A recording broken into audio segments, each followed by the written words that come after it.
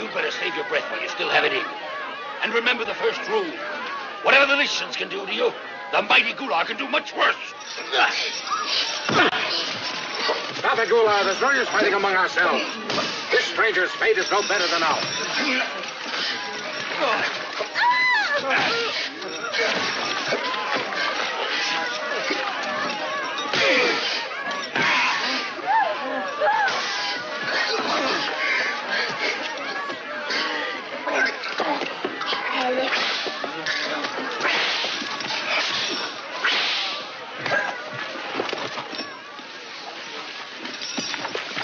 Stop this brawling! If you don't, I'll kill you. What's this?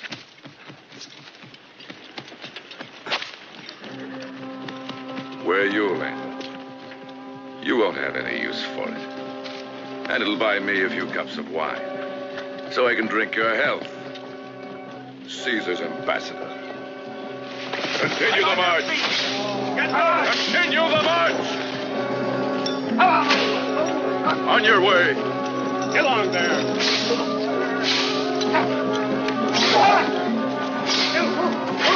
Forgive me. Please forgive me. Bear no grudge to this madman, Gulag. I lost my head. Gulag was a great gladiator. Years ago.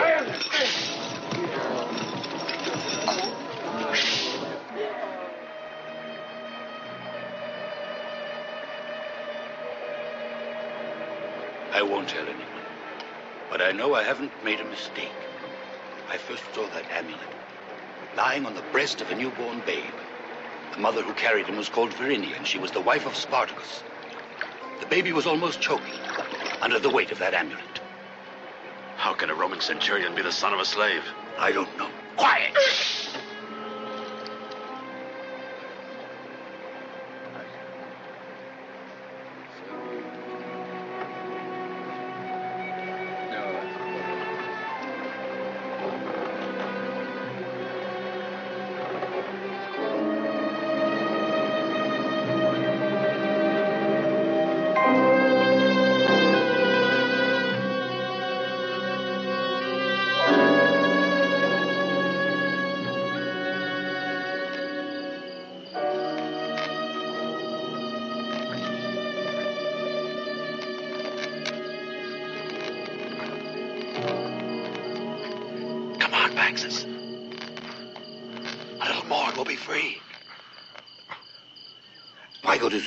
Beyond the great rocks, in the ruins of Lubar, you'll find the road leading to the city of the sun.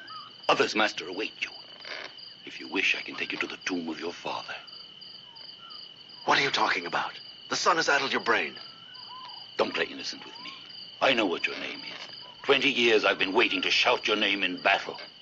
What your father couldn't finish, you must finish, just as he promised Rendus. Shh, be quiet. Someone's coming.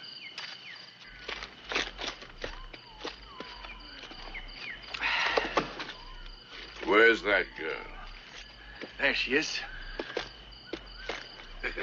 No! Don't touch her!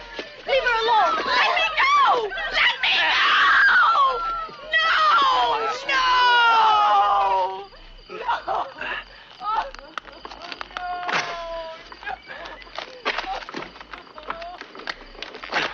Don't move. I'll get the guard.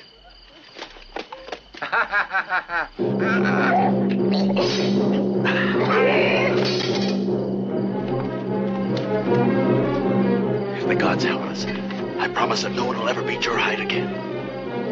We have found our leader.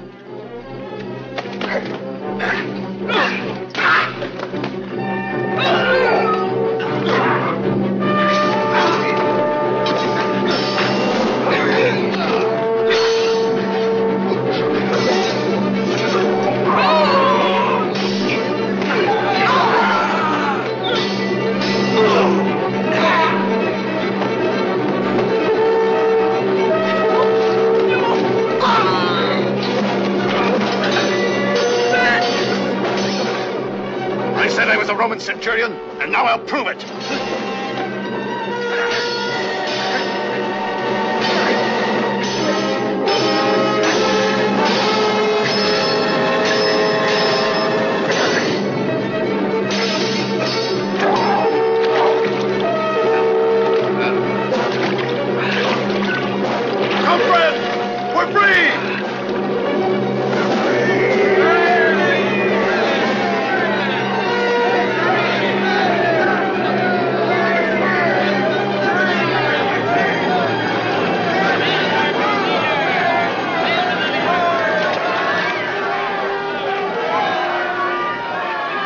The man from the sea has given us back our freedom. He is our leader. Here, Master, I got your amulet back for you. Hooray! Maxis, give food and water to everyone. Then be ready to march. Hooray! Along the river, beyond Blue Bar, is the city of the sun. Liberty is there. Oh, stop talking nonsense. If you know the road to Zugma, point it out to me.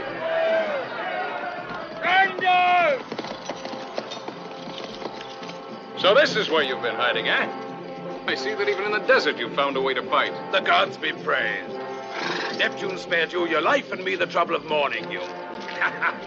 We thought you were dead. Gula will never be enchained again. Don't forget, your people await you. Listen to the call of your blood.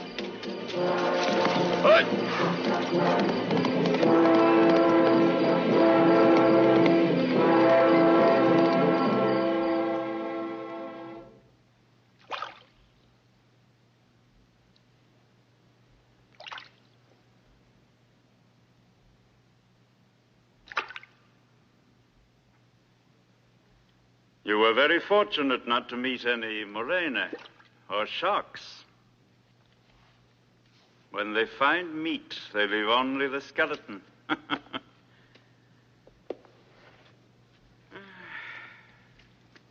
So you had nothing but your sword to depend upon when you sought to regain your liberty. The name of Caesar was not enough for your warriors, O noble Crassus. Ah, yes. My Lycians don't make too many distinctions, but they're extremely loyal to the person of Crassus. I'm sorry about what happened to your landers. On the other hand, I may assure you that the name of Caesar is the key which opens every door, in Zugma, or wherever my power reaches. To have saved yourself from drowning, only to suffer chains and whippings like a slave, must have been a very exciting experience. Not as much as it was for Zorok's warriors. As you see, it took one Roman alone to wipe out a dozen of his best men. Well, you're better than a war god in my eyes, Randus. A case of kill or be killed. You're right. To kill in order not to be killed is the most fundamental principle of war or of politics. But those who fought Zorok's warriors or happened to be there by chance and unfortunately saw the incident must not live. That group of slaves must perish. Zorok will see to that. None of them will see tomorrow's sunrise. Not cider. I paid a lot of money for that girl, and I don't intend to lose her, now that Randus has brought her back. She shall be spared, Claudia, but not the others. They took part in a rebellion, and it is not prudent to leave witnesses to an act which affects my prestige and my authority. You mean you want to kill them because they helped me? Simple logic.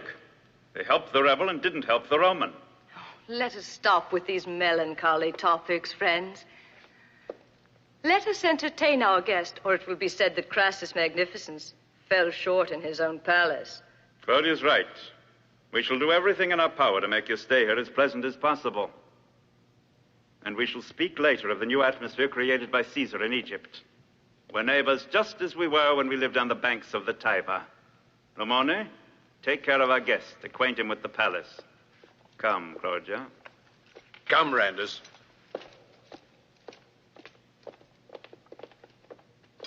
Well, what are you waiting for? Didn't you hear Crassus' orders? You know the story of King Midas? Well, Crassus has him beat. Everything he touches doesn't turn into gold, but he can squeeze it out from anywhere, and he's not choosy how he does it. He sells the entire populations of villages into slavery. I've never seen so much gold as comes into this palace. Caesar doesn't realize how dangerous or powerful Crassus really is. What else have you seen? Fortifications all along the river. Blacksmiths at work on siege engines. Who's he going to attack? He's tripled the strength of his Lycian guard. All the local princes are in his pay. He sends arms and gold to Pharnaces. Does he send anything to Rome? Nothing. Oh, yes, Crassus is powerful here. We'll have to get some more information. Question the servants. It would mean condemning them to death if Crassus found out. You have to watch yourself. And I mean, really watch yourself.